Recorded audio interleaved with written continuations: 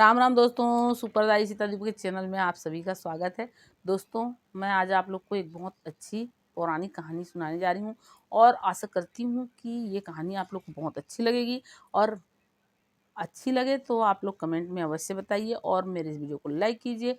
अगर आप लोग मेरे इस चैनल में नए हैं तो प्लीज़ सब्सक्राइब कीजिए। तो चलिए दोस्तों, कहानी शुरू करते हैं। तो कहानी है विष्णु भगवान और माता लक्ष्मी की।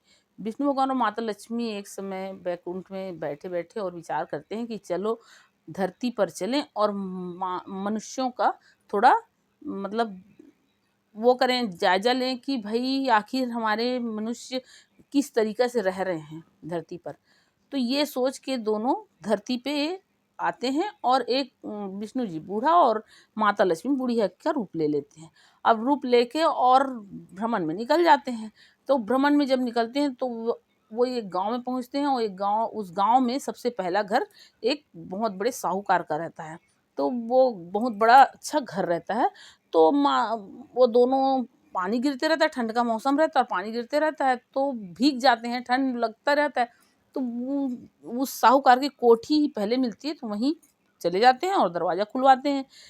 कोई है दरवाज़ा कोई है करके तो आवाज़ लगाते हैं तो उधर से साहूकार निकलता है और फिर देखता है कि ये दोनों पूरा भीग गए थे, लथपथ थे और कीचड़ से सने हुए थे। साहूकार बोलता है, अरे तुम लोग कहाँ से आ गए, कौन हो, चलो भगो यहाँ से। पूरा दलान को कीचड़ कीचड़ कर दिए। अब वो दोनों मतलब वो बूढ़ा बूढ़ी दोनों बोलते हैं कि देखिए ठंड का दिन है और बरसात हो रही है और हम दोनों भीग चुके हैं, हम दोनों को बहुत ठंड लग रहा है। आज बस रुकने का कहीं जगह दे दो छोटा सा, हम आज का रात काट लेंगे फिर चले जाएंगे। वो बोलता है, बिल्कुल नहीं, तुम लोग जाओ जहाँ जहाँ भी जाओ, लेकिन यहाँ से जाओ। वो धुतकार के और निकाल देता है और दरवाज़ा मुंह पे बंद कर देता है। अब ये दो जो माता लक्ष्मी रूपी बुढ़िया वो विष्णु भगवान रूपी बूढ़े से बोलती है कि अब हम कहाँ जाएंगे। तो वो बूढ़े जो बाबा रहते हैं वो बोलते हैं कि देखो यहाँ वो उस जगह से ही एक छोटा सा झोपड़ी में दिया जलता हुआ दिख रहा था। तो विष्णु भगवान मतलब वो बूढ़ा बाबा जो है वो बोले कि देखो उस झोपड़ी में चलते हैं, वहाँ रोशनी दिख रही है। तो बूढ़ी अम्मा जो है वो बोलती हैं कि यहाँ हमको जगह नहीं मिला, यहाँ इतने बड़े भवन में, तो अब वो छोटी झोपड़ी में हमको कहाँ से जगह मिलेगा। वो बाबा जी बोलते हैं कि चलो देखते हैं। तो वो दोनों उस झोपड़ी में जाते हैं और थपथपाते हैं दरवाजे को। तो वहाँ से एक महिला जो है वो दिया जलाई रहती, उसको लेके और दरवाज़ा खोलती है। तो देखती है इन लोग को पूरा भीगा हुआ। अरे अरे अरे अरे अरे, आप लोग तो पूरे भीग गए हैं, आप लोग कौन है, कहाँ से आ रहे हैं। और बोलती है कि आप लोग अंदर आइए। अंदर बुलाती है और बुला के और उनको बोलती है कि आप लोग मतलब ये जो मैं मेरे घर में आप लोग आइए और अपने घर से पुराना कपड़ा ऐसे ही रहता है धुला धुलाया, उस कपड़े को उन दोनों को देती है, सूखा धुला धुलाया कपड़ा को। बोलती है ये दोनों आप एक एक कपड़ा पहन लीजिए और अपना कपड़ा मुझे दे दीजिए, मैं आप लोगों का कपड़ा निचोड़ के डाल देती हूँ। और वो तुरंत अंगीठी जला के और उन लोग को हाथ वाथ सेकने के लिए दे देती है। और उसके बाद फिर वो उनका कपड़ा वपड़ा निचोड़ के और सुखा देती है। और फिर अब उसके घर में जो वो बनाए, गरीब रहती है वो, उसके घर में वो बनाए रहती है सरसों का बथुआ का साग और बाजरे की रोटी। वही लाके उन दोनों को परस देती है और वो दोनों खा लेते हैं।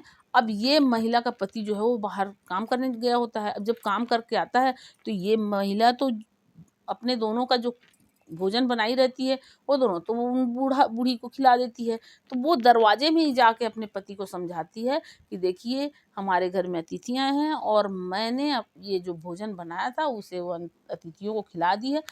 अब हम लोग के लिए कुछ नहीं है। वो पति भी उसका बहुत समझदार रहता है और वो कुछ भी नहीं बोलता है, बोलता है बहुत अच्छा किया है तुमने। और अंदर आते हैं दोनों, उन दोनों को वो गरीब रहते हैं, उनके पास दो टूटा फूटा एक खाट रहता है। वो दोनों खाट में वो बूढ़ा बूढ़ी को दे देते हैं सोने के लिए और अपना खुद दोनों नीचे टाट बिछा के और ज़मीन में सो जाते हैं। अब जब दूसरा दिन सुबह होता है तो वो दोनों उठ के बूढ़ा बूढ़ी जाने लगते हैं। तो जाने लगते हैं। तो ये गरीब महिला जो है वो बोलती है कि नहीं नहीं, आप लोग ऐसे ना जाइए, मैं कुछ करती हूँ। तो वो क्या करती है, उसके पास थोड़ा सा चना रहता है, उसको पीसती है और उसका रोटी बना के और उन दोनों को खिलाती है। उसके बाद वो दोनों को बोलती है कि अब मैं आप लोग को मतलब जाने दे सकती हूँ, जितनी मेरी शक्ति थी, मैं गरीब इंसान हूँ, जितनी मेरी शक्ति थी उतना आप लोगों का सेवा की, गलती कुछ हो गया होगा तो उसके लिए मैं क्षमा चाहती हूँ। तो वो जो माता लक्ष्मी रूपी बुढ़िया, वो बोलती है नहीं बेटी, तुमने हमारा बहुत सेवा किया है और मैं तुमको आशीर्वाद देती हूँ कि आज तुम जिस चीज़ को हाथ लगा दोगी वो बढ़ते ही जाएगा, बढ़ते ही जाएगा, बढ़ते ही जाएगा। ऐसा बोल के और दोनों चले जाते हैं। अब वो जब चले जाते हैं तो जो एक गरीब महिला रहती है, वो सोचती है कि मैं क्यों ना बथुआ का जो बथुआ बनाए रहती है, उसके बर्तन को धो लेती हूँ करके। अब वो जब उस बथुआ के बर्तन को धोने जाती है, तो वो सर्फियों से भर जाता है। अब वो उसको फिर पलटती है, फिर वो भर जाता है। तो वो उसमें बस वो वही होता रहता है कि बस वो हाथ लगाती है, भर जाता है, पलट देती है, फिर हाथ लगाती है, फिर भर जाता है। उनके पास बहुत सारा सर्फी हो जाता है, वो बहुत अच्छा अपना घर-द्वार चीज़ सामान सब वो उनका पूरा जीवन शैली बदल जाता है। ये देख के साहूकार और साहूकार की पत्नी बोलती है गरीब इंसान इतना जल्दी अचानक कैसे अमीर हो गया। तो उन लोग उनसे पूछ साहूकार की पत्नी जो है वो गरीब महिला से पूछती है। वो गरीब महिला जो है वो बोलती है कि मेरे यहाँ ना एक रात ठंड में पानी गिर रहा था और दो बूढ़ा बूढ़ी आए थे और उनको मैंने शरण दिया था और वो जाते समय मेरे को ऐसा बोल के गई थी। तो उस दिन से हमारे पास ऐसा हो गया, हमारा जीवन शैली बिगड़ बन गया। अब ये बात जो है वो साहूकार को बताती है। साहूकार सोचता है अरे वो तो मेरे पास ही पहले आए थे। अब वो ढूंढने निकल जाते हैं उन दोनों को, वो कहाँ मिलेंगे, वो तो बैकुंठ चले गए थे। लेकिन वो बैकुंठ से भी भगवान देख रहे थे कि इसको अब लालच आ गया है। तो फिर से वो वही बूढ़ा बूढ़ी का रूप बना के और आते हैं तो साहूकार के यहाँ जाते हैं। साहूकार के यहाँ जाते हैं तो वो वैसे ही करता है बिल्कुल जैसे वो गरीब महिला करती है। दरवाज़ा जब पीटते हैं तो दिया लेके साहूकार की पत्नी निकलती है और उनको बुलाती है, बोलती है मेरे हम गरीब इंसान हैं, मेरे घर में कुछ नहीं है, ये फटे पुराने कपड़े हैं, इसे आप लोग पहन लो और अपना कपड़ा दे दो, मैं धो देती हूँ। और फटा हुआ कपड़ा 2 ठो दे देती है उन दोनों को और उसके बाद कपड़ा उन लोग का लेके धो निचोड़ देती है और उसके बाद उनको 2 ठो कहीं से खाट टूटा-फूटा लेके आते हैं, उसको सोने के लिए देते हैं। बथुए का साग बनाती है और बाजरे की रोटी बनाती है और उन दोनों को खिलाती है और अपना दोनों भूखे सो जाते हैं। ऐसा करके पूरा जैसा वो उस गरीब महिला के साथ जो कहीं हुआ रहता है, सब कुछ अपना करती है। अब वो जब दूसरे दिन जाने लगते हैं, तो बोलती है कि हम बहुत गरीब हैं, हम निर्धन हैं, हमारे पास कुछ भी नहीं है। जो सक जैसा था वैसा हमने आपका सेवा किया है, तो कुछ गलती होगा तो माफ़ कर देना। तो माता लक्ष्मी जो बूढ़ी रहती है, बोलती है नहीं, नहीं तुमने बहुत अच्छा हमारा सेवा किया है, हम तुम्हारी सेवा से प्रसन्न हैं। हम और मैं तुमको आशीष देती हूँ कि तुम जिस काम को आज हाथ लगाओ वो बढ़ता ही रहे, बढ़ता ही रहे, बढ़ता ही रहे। तो अब वो तो चले जाते हैं।